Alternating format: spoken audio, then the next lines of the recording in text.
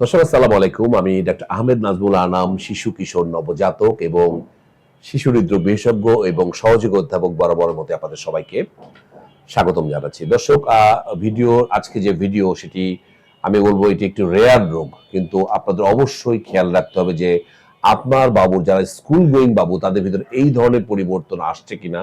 যদি এই পরিবর্তনগুলো আসে তাহলে উইলসনস ডিজিজ বলে একটি বিশেষ রোগ, সেটি একটি রোগ যেখানে রোগে এই ধরনের পরিবর্তনগুলো আসে এবং আস্তে আস্তে কিন্তু বাবু একদমই সাইকিয়াট্রিক বা নিউরোলজিক্যালি বলেন, লিভারের সমস্যা হয়, মানসিক সমস্যা হয়, হাত পাগুলো আস্তে আস্তে বেঁকে যেতে থাকে।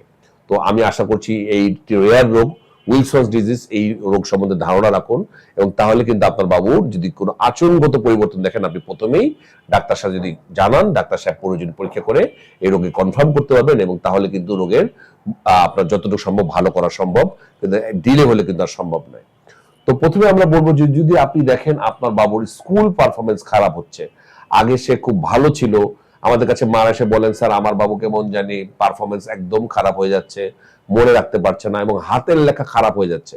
আগে যে বাবুর হাতের লেখাটা সুন্দর ছিল সেই হাতের লেখা তার পেঁচিয়ে যাচ্ছে, জড়তা চলে আসছে এবং কথা স্লারিং হচ্ছে, কথা সে পেঁচিয়ে ফেলছে, সে কথা বলতে কষ্ট হচ্ছে, সে ভুলে যাচ্ছে, ডিমেনশিয়া আছে, তাহলে বুঝতে হবে উইলসন ডিজিজ এটি একটি কারণ হতে পারে।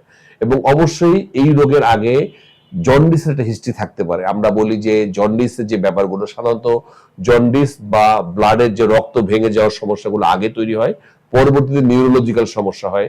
নিউরোলজিক্যাল সমস্যার ভিতরে কিছু ডাক্তারি টার্ম আছে, ডিস্টোনিয়া বলে যেটা হাত পা বেঁকে যাওয়া, কোরিও অ্যাথেটোসিস, সাইকিয়াট্রিক যে ডিস্টারবেন্স, মানসিকভাবে খুবই অস্বস্তিতে থাকে এই ধরনের রোগীরা, এবং আস্তে আস্তে যেটা বললাম প্রোগ্রেসিভ ডিমেনশিয়া, ভুলে যাওয়ার প্রবলেম হতে থাকে, স্কুল পারফরমেন্স খারাপ হতে থাকে, কথা বলতে জড়তা তৈরি হয়ে যায়। তাহলে আপনার বাবুর লেখা যদি বিশেষ করে মা বাবার আমাদের কাছে কমপ্লেন করেন হাতের লেখা স্যার ভালো ছিল, এখন কিরকম হিজিবিজি লেখে স্যার বোঝাই যায় না, তাহলে বুঝতে হবে যে এই রোগের কোনো লক্ষণ তৈরি হয়েছে। তাহলে এটি একটি অটোসোমাল রিসেসিভ ডিসঅর্ডার, এটি একটি বলতে পারেন বংশগত রোগ। শুধু মা বাবারা যদি ক্যারিয়ার থাকে তাহলে এটা হতে পারে, তো সেটি একটি ব্যাপার। তো এই রোগে যেটি প্রবলেম হয় যেটা বললাম প্রথমে, জন্ডিস বা লিভার ফেলিওর হিস্ট্রি থাকতে পারে, এবং সেই সাথে রক্তের বিভিন্ন প্রবলেম, রক্ত ভেঙে যাওয়ার সমস্যা, অনেকে রিকেটস বা পা বাঁকার সমস্যা থাকতে পারে, কিডনির সমস্যা থাকতে পারে। পরবর্তীতে স্কুল গোয়িং বাবুদের নিউরোলজিক্যাল বা নার্ভের সমস্যা দেখা দেয়। তাহলে এখানে আপনাকে অবশ্যই খেয়াল রাখতে হবে, যদি কারো বাবুর জন্ডিস থাকে, আগে কখনো জন্ডিস এমন হলো যে লিভার ফেলিয়ারের মতো হয়ে গিয়েছিল, তাদের কিন্তু পরবর্তীতে এই রোগটি হতে পারে উইলসনস ডিজিজ। তাহলে আপনাদের খেয়াল রাখতে স্কুল পারফরমেন্সের সাথে ওই জন্ডিসের, পুরনো জন্ডিসের সম্পর্ক রয়েছে। এটা কি সমস্যা? এটা একটা কপার মেটাবলিজম। আমরা যে কপার, আপনার নাম শুনছেন যে মেটাল, যেটা আমাদের কপার, যে ধাতু আছে কপার, সেই কপারের অ্যাবনর্মাল মেটাবলিজম। কপার যদি শরীর থেকে কোনো কারণে বের না হয়, এই কপার শরীরের বিভিন্ন জায়গায়, বিশেষ করে ব্রেনের বেজাল গ্যাংলিয়ায়, লিভারে, অন্যান্য প্রয়োজনীয় জায়গায় জমে কিন্তু আমাদের বিভিন্ন নার্ভাস সিস্টেমে জমে আমাদের এই ধরনের রোগের প্রতিক্রিয়া তৈরি করতে পারে।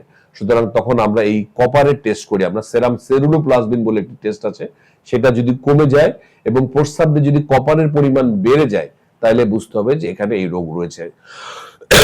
অবশ্যই ডাক্তারের পরামর্শ নিতে হবে। ডাক্তার সাহেব এখানে চোখেও দেখেন, চোখেও এই কপার জমে, চোখে ছানি পড়তে পারে, ক্যাটারাক্ট হতে পারে, এবং আমরা বলি কেফ রিং, এটা স্লিট ল্যাপ এক্সামিনেশন করে কেফ রিং বা কাইজার ফ্লেশার রিং বলে একটা জিনিস আছে, চোখের মণির চারপাশে একটা হ্যালো তৈরি হয়, একটা গোল চাকা তৈরি হয়, সেটা কিন্তু উইলসনস ডিজিজের লক্ষণ।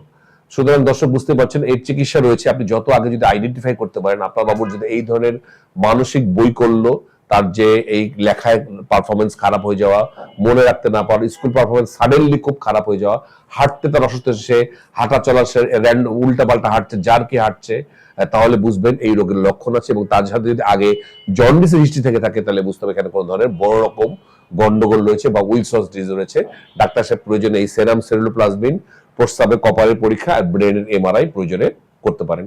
এর চিকিৎসা রয়েছে ডি পেনিসিলামাইন বলে একটি ওষুধ আমরা দেই, সাথে জিঙ্ক দেই, নিউরোলজিক্যাল প্রবলেম যেটা কিছু ওষুধ দেয়, কিন্তু সেটা তো ডাক্তারের পার্ট, অবশ্যই ডাক্তারের পরামর্শ নিতে হবে। দর্শক, ওই উইলসনস ডিজিজ কিন্তু রেয়ার রোগ, কিন্তু আমি চাই আপনার সবকিছু সম্বন্ধে আমার দর্শকরা জানে, আপ টু ডেট থাকেন, সবকিছু রোগ সম্বন্ধে যাতে জানেন, এবং যাতে স্কুল পারফরমেন্স খারাপ হচ্ছে, এই ধরনের প্রবলেম হচ্ছে, তারা অবশ্যই প্রথমেই ডাক্তার সাথে যোগাযোগ করবেন, এবং ডাক্তার সাহেব প্রয়োজনে উইলসনস ডিজিজের পরীক্ষা করবেন। সেটা ওই সেরাম সেরুলোপ্লাজমিন থেকে চোখ দেখানো পর্যন্ত সবকিছু উনি করে নিয়ে প্রয়োজনীয় চিকিৎসা দেবেন। আজ এ পর্যন্তই। পরবর্তী নতুন কোনো টপিক নিয়ে আবারও হাজির হব। সেই পর্যন্ত বরাবরের মতোই আল্লাহ হাফেজ।